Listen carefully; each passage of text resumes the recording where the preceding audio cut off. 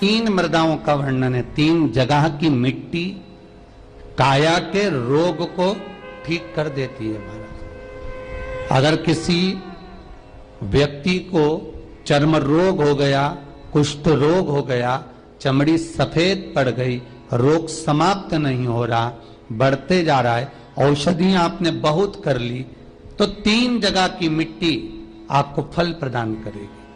पहला सूर्य कुंड की मिट्टी। स्कंद पुराण सूर्य कुंड कहां पर है?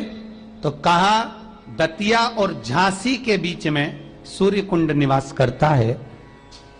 उस सूर्य कुंड की मिट्टी को लाकर जिस व्यक्ति को कुष्ठ रोग हो गया हो, शरीर की चमड़ी सफेद पड़ गई हो, स्कंद पुराण कहती है सूर्य कुंड की मृदा लगा लेने से 5 से 7 दिन में रोग समाप्त होने लगता है महाराज। पर सूर्य को सर्वाधिक प्रियता क्या?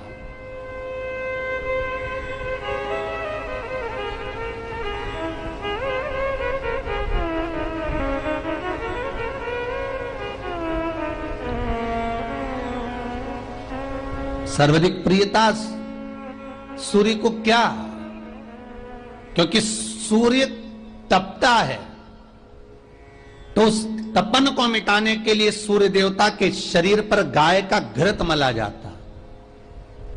जैसे शनि को तेल लगाया जाता है, सूर्य को घृत मला जाता। इसलिए सूर्य कुंड का एक नियम है कि सूर्य कुंड पर से अगर हम मिट्टी लेकर आते हैं, शरीर पर लगाने के बाद जब शरीर का चर्म रोग समाप्त हो जाए, सफेद चमड़ी अपने वापिस रंग में आ जाए, तब आप जितनी कामना कर कर आते हैं उतना घी उस सूर्य कुंड के पास में डालना पड़ता है। 1 किलो, 2 किलो, आधा किलो, 250 ग्राम, 25 ग्राम, 50 ग्राम, जो आपने कामना करी है उतना चढ़ाना पड़ता। पर वो घी गाय का होना चाहिए,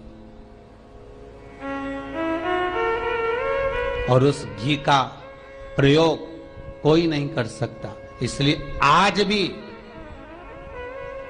स्कंद पुराण में तो केवल सूर्य कुंड का वर्णन है, घृत का वर्णन है, पर स्थान आज भी झांसी और दतिया के बीच में जो सूर्य कुंड विराजमान है, आज भी वहां पर कुंड के पास में एक घी का कुआं है जिसमें घी डाला जाता है, पर उस घी का प्रयोग कोई दुनिया का व्यक्ति नहीं कर सकता। जो करता है वो शरीर में फपोले पड़ जाते हैं और बाद में सड़कर मर जाता है।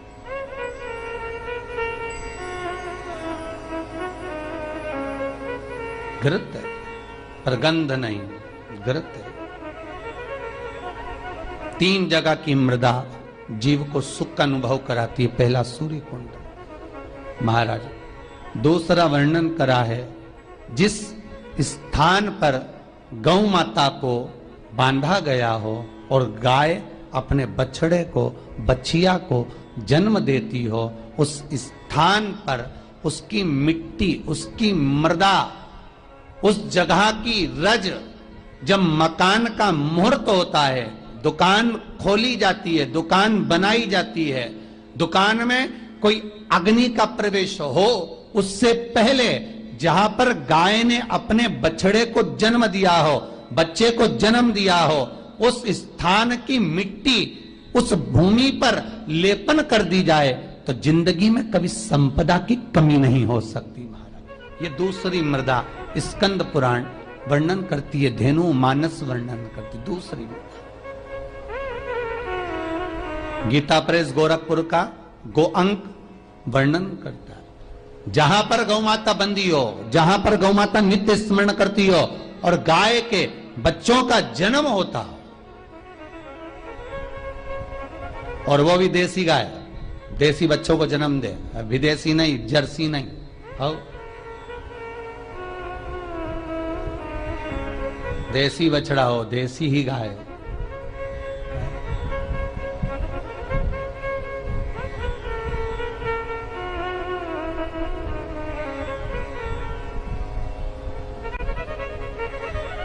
महाराज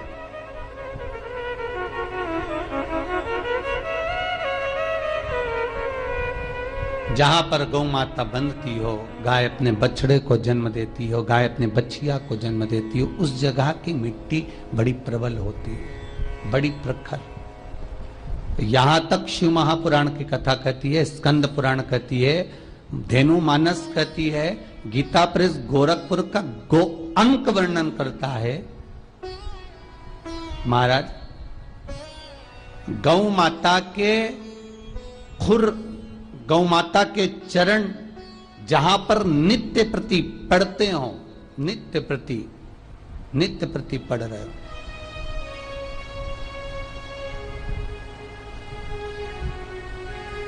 चरण पड़ने पर गौ माता के खुर में से गोलोचनी निकलती है महाराज।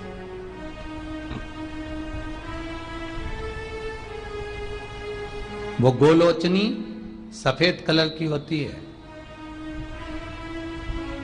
उसको आप ऐसे पटक देंगे तो बिल्कुल ऐसा लगेगा जैसे लकड़ी है, पर वही गोलोचनी को आप दूध में डाल देंगे तो चलना चालू कर देती है।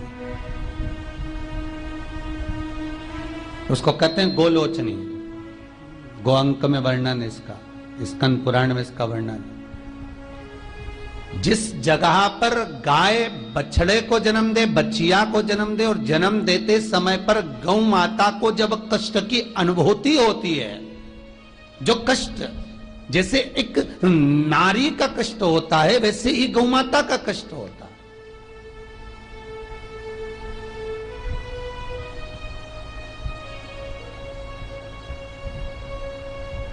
और वो कष्ट के समय पर खुर में से गौलोचनी गौ माता के कष्ट को हरने के लिए प्रकट होती है। उस गौलोचनी का जिह्वा से गौ माता चाटन करती है, चाटती है, और चाटने के बाद जो बछड़ा जन्म देती है उस बछड़े को अपनी जिह्वा से एक बार चाट लेती है। दुनिया में केवल एक गौ माता का बछड़ा ही ऐसा है कि वो गौलोचनी की जिह्वा से चाटने के बाद बछड़ा तुरंत उठ के खड़ा हो जाता है। दुनिया में एक शेरनी भी अपने बच्चे को जन्म दे, एक चीता भी अपने बच्चे को जन्म दे, भैंस भी अपने बच्चे को जन्म दे, एक कुत्ता भी अपने बच्चे को जन्म दे, दुनिया में कोई अपने बच्चे को जन्म देगा तो बच्चे को उठने में, संभलने में समय लगता है।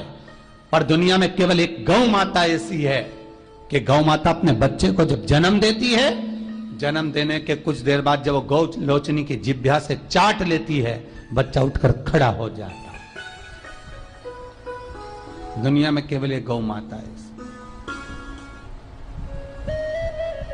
गौ लोचनी ढूंढो, हम ये नहीं कहते कि तुम गौ माता के पांव में ढूंढना प्रारंभ कर दो, अब तो मत ढूंढो। गौलोचनी जहां गिरी है उस रज का भी बड़ा महत्व है। अर्थात गाय ने जहां बछड़े को जन्म दिया उस भूमि पर गौलोचनी पड़ी है, और वो गौलोचनी हमारे जीवन का सुख का अनुभव करा देती है।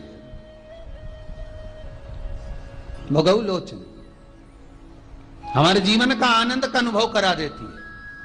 इसलिए शास्त्र कहता है कि नई दुकान बन रही हो, नया मकान बन रहा हो, महाराज नई कोई प्रॉपर्टी आपने खरीदी है और उसमें कोई व्यापार चालू करना चाहते हो, तो पहले गाय जहां पर बछड़ा बच्चिया को जन्म दिया हो, भले पहले दिया हो, पर जमीन तो वही है, रस तो वही है। वहां की मिट्टी का लेपन करने से वो सुख, वो आनंद, वो संपदा बढ़ जाती है।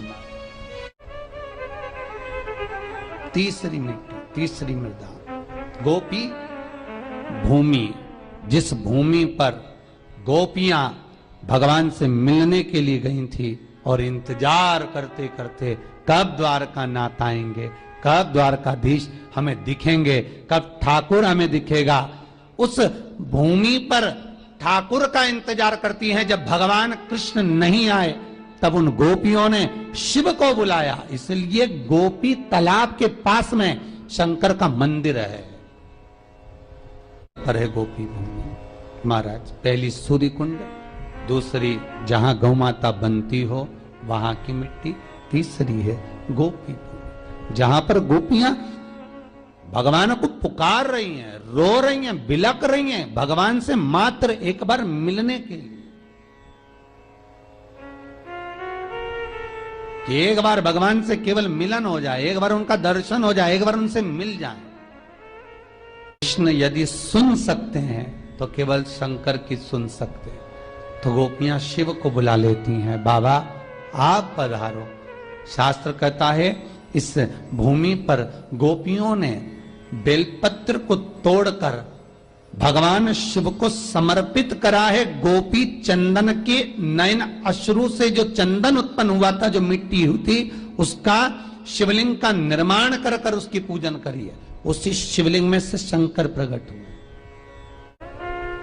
तीनों भूमि की मिट्टी का देखिए, सूर्यकुंड की मिट्टी काया का रोग ठीक कर रही है, गौ माता के बंधने की मिट्टी लक्ष्मी की वृद्धि कर रही है, और गोपी तालाब की मिट्टी आपको भक्ति प्रदान कर रही है। ये जितने गौड़िया मठी होते हैं, जितने इस्कॉनी होते हैं, जितने भी निम्बारकी हुए, गौड़िया हुए, पुष्टि के हुए, इनको गोपी तालाब की जो मिट्टी होती है, गोपी चंदन जो होता है, इसका जो तिलक लगाते हैं नासिका तक, श्वेत तिलक आपने देखा होगा, सफेद कलर का तिलक जो गोपी चंदन जो होता है, उसका जो तिलक, ये भक्ति के लिए लगाते हैं, भक्ति की प्रबलता।